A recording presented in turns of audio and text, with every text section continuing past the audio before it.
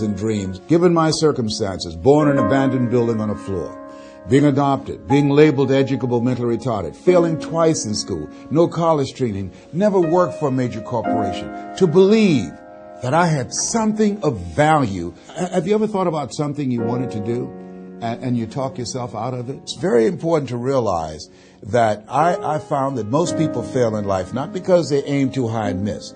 Most people fail in life because they did just like I did for so many years. They aimed too low and hit. They didn't believe in themselves.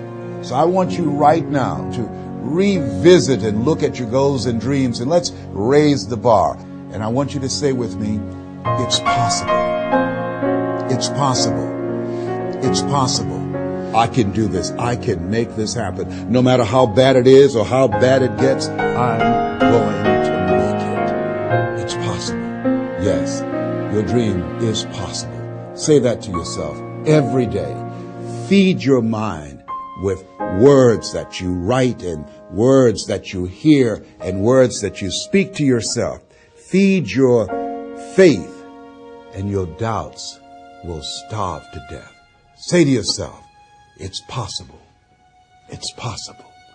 It's possible. Even when you have no evidence to point to, say to yourself, it's possible. There's nothing as powerful as a made-up mind. It's a struggle sometimes to do that, especially when you have people around you telling you that it's not possible, that you can't do it.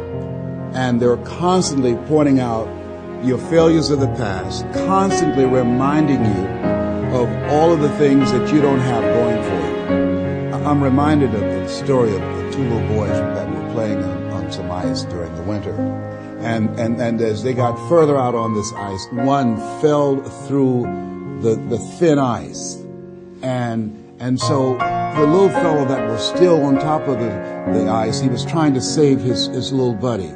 And he couldn't reach him. He was trying to pull him. He could see him through the thin ice as he got further away from him, struggling. And he couldn't reach him, and he was trying to break the ice, and he couldn't do it. And he looked around, and he saw a tree in the distance, and he ran, and then he got up on the tree, and he pulled and broke down an enormous-sized branch, and came back and savagely began to beat that ice, and broke it, and miraculously, he saved his friend.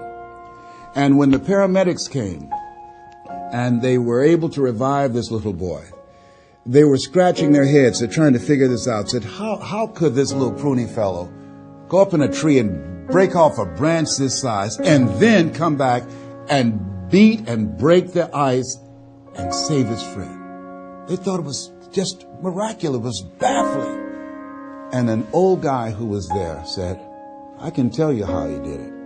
And they said, how? How did he do it? And he said, there was no one here to tell him that he couldn't do it.